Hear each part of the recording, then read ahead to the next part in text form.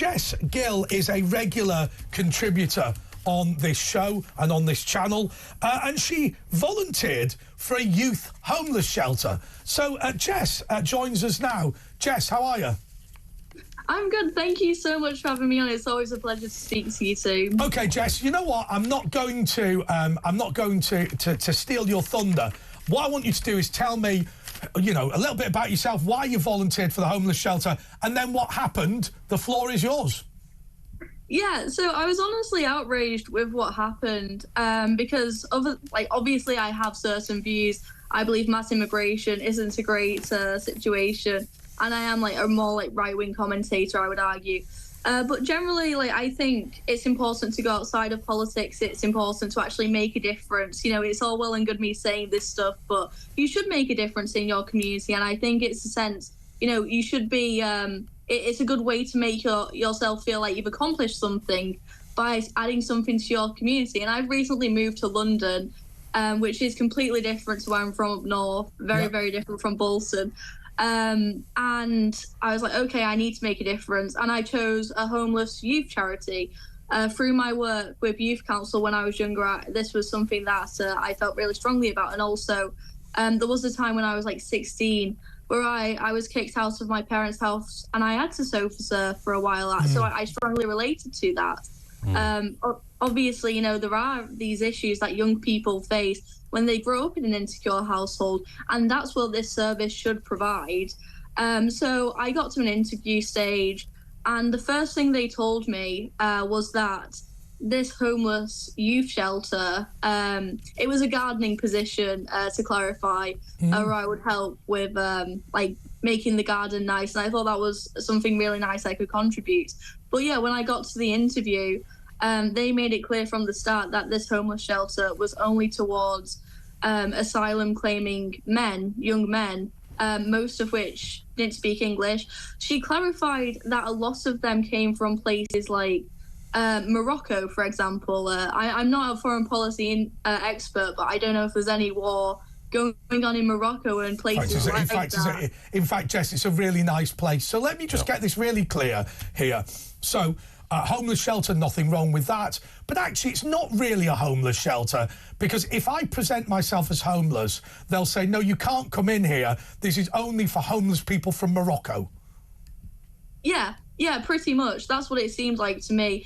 Yeah, I think the majority, if not all of these spaces, were towards asylum claimants. And again, when you think of a homeless youth person, a homeless young person, you think of a British person, somebody who was born and raised in Britain, regardless of their skin colour, but someone who was born and raised in Britain, and they've that's not necessarily true, because I think the statistic is, and forgive me if I'm slightly wrong, 75% of Somalian migrants to the United Kingdom are in social housing. Therefore, they are, I guess you would describe them as having been homeless. You can't get social housing unless you are somebody who's in need of housing and you can't supply it for yourself. And so actually, it's not unusual for migrants to come to the UK. I mean, all of this suggestion that migrants enrich the economy. Look, migrants who get good jobs and get visas to work at Deutsche Bank are good for the economy. Bluntly, the people who show up on rafts and small boats are a burden. Yeah, absolutely. Don't get me started, Andre. It's ridiculous. Well, please do get started, because legal immigration. There's the legal immigration part of it, which, as you rightfully mentioned, it's 75% of Somalians. But also just generally, I think it's almost half of social housing in London is going towards headed by someone who is foreign born. That's a whole issue in itself. Yeah, I think it's something like 70% of social housing in Manchester goes to people who were not born in the United Kingdom. But let me just ask this, Jess. So we know each other a bit from coming on the show, but obviously you go into these people, and presumably the absolute do-gooder lefties, right? Did you expose yourself? Sorry, expose yourself is the wrong turn of phrase. But did you out yourself as somebody who's a patriot? No, I was so taken aback, and also it was just a Zoom call meeting. It was two women. They, again, I don't want to judge Southerners with my northern bias, but they did seem quite from a well-off background. Yes. And I did think, why are they doing this? Especially considering, the risks that have come about, considering the crime rates of illegal immigrants and also just the migrant population in general, in all honesty. So I don't get why these women are pushing that. It's ridiculous. They're covering up, aren't they? They're basically covering up the migrant crisis. Yeah, absolutely. Another thing that I did when researching this is that not only is the government funding millions of pounds a day towards housing asylum claimants in hotels, but also through this charity, the government is giving them millions of pounds a year through charities like this. Yeah. So not only are you overtly funding it through... And one of the problems that you will have, Jess, is quite often these charities will use at least some of the government funding to lobby the government for more uncontrolled immigration and more money for themselves. So it just becomes this cycle that goes round and round and round. Well, let me just ask you a question now, because let's broaden this slightly. You're somebody who's articulate, you're somebody who's pretty hardworking.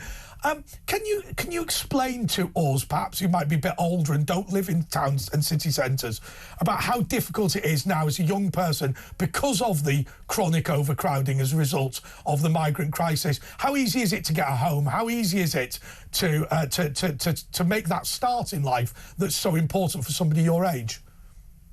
Yeah, it's incredibly difficult. So I'm currently a uni student at London University, and in all honesty, I think it's half of our student population are international students, and they clique together. They speak in their own language and they clique together. So it's impossible to make friends with them. It completely gets rid of the university culture. And then in terms of housing, yeah, it's impossible to even rent a house at an affordable rate, never mind buy a house. Well, I will tell you there's an amazing statistic that was true of the University of York. I don't know if it's still true, but the University of York now is strongly discouraging UK students, and the way that it's doing it is, I think most courses at the University of York, you need probably an A and 2 Bs, but if you are a foreign student, you can get in with a D and 2 Cs. Yeah, there are so many cases of that. Yeah, it's not just York. There was a whole scandal of it, I think it was last year, where they covered that. There were so many Russell Group universities, good universities, on which you didn't have to you didn't have to get the same grades if you're an international student. Are you able to tell us which university you attend? Yeah, I go King's College London. Okay. So yeah. So actually, KCL, it's gonna be one of the more difficult places to get housing, simply because it's basically Tottenham Court Road, isn't it? Yeah, exactly. Well, I actually live near Tottenham, because again, it's just all the housing is just such a nightmare. Oh no, KCL's on the Strand. It's Russell Square, isn't it? Yeah, I had to get housing so far away because of the demand, because they don't guarantee housing for students. So I had to go into private accommodation, which again is just full of international students who don't have the same culture. There's not this stereotypical university experience of getting drunk with your friends, because it's impossible to make friends. Yeah. Although you don't really understand them, do you, once you've had a few? Anyway, it doesn't matter what language they speak. But this is being duplicated over the country. I saw Isabel Oakeshott, the international editor, on Kev's show, saying there was this it wasn't a mic, it was for homeless, built during COVID. It's beautiful, actually. It's concreted, and there's these they're not porter cabins, they're very high-spec sort of houses, and she's discovered there's a lot of people who are, not British nationals living there, and no one will admit, there's loads of migrants living there, and there's loads of Range Rover cars, and she asked about, and posh cars like that, and she asked about that, and they said, oh yeah, well, some of them have got jobs, but how can you afford a £100,000 car? Something isn't tallying, and we're hearing about these cover-ups going on up and down the country, so it's obvious. Well, I was in Israel, as you know, with one of your relatives, Ash. Obviously, don't want to name the person because it's unfair. Moisha Dayan. Who ended up with a nightclub that went bust, because obviously nightclubs are struggling at the moment. And he's turned it into, somehow, I can't quite picture this in my mind, but he's turned it into accommodation. And he said something that you had said multiple times, which is obviously he's forced to take these asylum seekers. He has to, because ultimately he can't go bust. But every single Albanian that checks in for the accommodation immediately leaves to get on with whatever it is that they're doing. And he believes, rightly or wrongly, that they're all coming over to participate in professional criminality. Yeah, there is that aspect of it. Another thing as well is so I used to live in Reading, and one thing I reported on is that in this area, in the town centre of Reading, there were 16 phone shops. I don't know whether there's like an epidemic of people breaking their phone all of a sudden. And 30 barbers and 20 vape shops. Yeah, it's money laundering basically, and they know it. But the tax man's happy to go along with it because they're raising money for. They're making money from the fraud. I was filming for this channel and doing some vox pops, going out and about, and I went into one of those sweet shops, and it was on Oxford Street, and I didn't know how much a box of Celebrations was. You know, just one of these bog standard plastic boxes, but they wanted £25 for one box. And I said, look, I don't know how much this is supposed to cost, but I know it's not £25. And he goes, oh, listen, mate, it's in the town centre. And I thought, no, actually, this box was £4.95 in Tesco's. The reason why it's £25 is because you know, they're going to sell a wrap of cocaine for 50 quid. They have to destroy the requisite number of boxes of sweets in order for everything to tally, and they can't destroy 10 or 15 of them, so they just put the price up, so they only have to destroy 2. That's why the prices are so outrageous. But the authorities know all about it. Then the authorities they're in on the crime. And the reason is, I would suggest to you, Jess, that the strategy of the British government, and we were talking about this with free speech earlier, is to deny the problem exists and hope nobody notices. Well, they also make a big money for the Exchequer with it. Yeah, absolutely. Well, one person I do want to highlight, one MP which I want to praise, which is very rare for MPs nowadays, is Rupert Lowe, who has press charges, who has asked these questions to the government, and he's been refused the data, specifically on migrant crime. They refused to let him know, and I think it should be in the general public's interest. Well, I asked the Metropolitan Police in Freedom of Information why they thought that homophobic hate crime was increasing in Tower Hamlets, where it was decreasing in the rest of the capital. And they said they have no idea. So they put no thought into why that was. And then I said, can you give me anything about the ethnic background of those people or where they were born or the suspects? He said, we don't record that. And then I listed a series of names and asked, can you tell me in percentage terms how many people had one of these names as a percentage of the total number of suspects? And they said, your request is vexatious. We're not going to reply to you ever again. The answer very simply was this. Uncontrolled immigration is the reason why these attacks are increasing in Tower Hamlets. That is at least what the police believe, but they will never admit it. Yeah, absolutely. It's so funny. Well, it's not funny, but it's crazy that they can't come to a sensible conclusion like that. But they have all the time in the world to jump through hurdles to justify like why the British countryside is racist or something like that. I think it's just an agenda against the British people at this point. It seems like anything that can be pro the British people, whether that's like the farmers, whether that's pubs, anything towards British people is constantly blocked by regulation, by taxation. And meanwhile, our taxes are going towards migrant hotels and migrant benefits. Jess, can I ask you this? Because it's a cause close to my heart. I have to say, I used to be the University of London debating team, or I used to be a member of it. So obviously, the University of London's a bit weird because it's federal. So King's College London and UCL and Royal Holloway are all in the same university, even though they're separately chartered universities in their own right. Don't worry about it. What's your assessment of free speech on campus? What's your assessment on the ability to debate at what is a serious institution, King's College London? Yeah, so there's different aspects of this. For one, the Conservative Society naturally has had their controversies, their few controversies. But I went to, so KCL, I don't know if they had similar things when you were at university, but they have like a society-wide debate. So the Conservative Society, Lib Dem Society, and Labour Society all debate. And they all had a consensus that immigration was good for the country. And the most radical move was that it was gone too far. But in terms of freedom of speech, again, like, I don't think it's that students, I think there's an underlying tone that students are censored.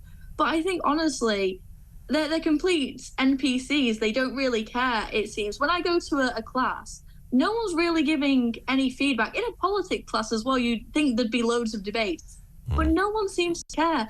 And the producer and the teacher, the lecturer, they enforce these left-wing opinions and no one challenges them. It's funny you should say that. It's funny you should say that, but one of my mates, when his son was a teenager, when he was about 14, the kid went into the pub after rugby, and him and his mates, and I kind of asked them what it was like at school, which I appreciate is different to university, and what they said it's made very, very clear that you do not open your gob if you have a dissenting opinion, but all we do is just roll our eyes, twiddle our thumbs, ignore it, and in private say exactly what you would have said when you were at school. And I think that is a sad indictment of the education system, but I didn't get the sense that most kids are buying this.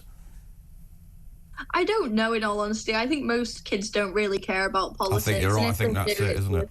They just want an easy life, so you better agree with the consensus or you're out. Yeah, and that's the thing about this whole wave of, there's this claim all the kids are going to reform. I don't think that's, I think most kids don't really care. Most people just want to get on with their lives. I think that reform, that reform statistic was, I think it was something like 16 and 17-year-olds. By the way, they want 16 and 17-year-olds voting. They are rabid 16 and 17. They become lefties when they're 18. But anyway, something like of 16 and 17-year-old boys, 35% of them were reform. I think reform were on something like, say, 20% from 18 to 25. And I don't think they're saying that everybody is supporting reform who's young, but it is striking that they are more popular than, say, the Conservative Party or Labour Party amongst younger people. With boys rather than girls, though. Yes. Yeah. I think it's because Nigel has such a good personality and he really gets it with the Zoomers and he really gets it on TikTok. I think that's why. And also as well, it's Zoomers don't know what Britain is. We've grown up with something that, our parents can't relate to. We have no idea. Only the remains of what British culture is. British culture to us is the Teletubbies, and that's it. Well, Jess, we're going to have to leave it there, but I will say, and I make this a genuine comment, and people are going to perhaps denounce me for being racist or whatever, but when I grew up in my village, there was a Chinese family who owned the chippy. There was an Asian family where the wife was the doctor. Racist. And there was a one black kid who had been adopted. Britain is a very, very different place than what it was when I was a kid. Now, you can say that's an improvement or whatever. What frustrates me is when people deny it. By the way, the reason the Chinese opened up takeaways is because they'd had problems and had to leave Hong Kong.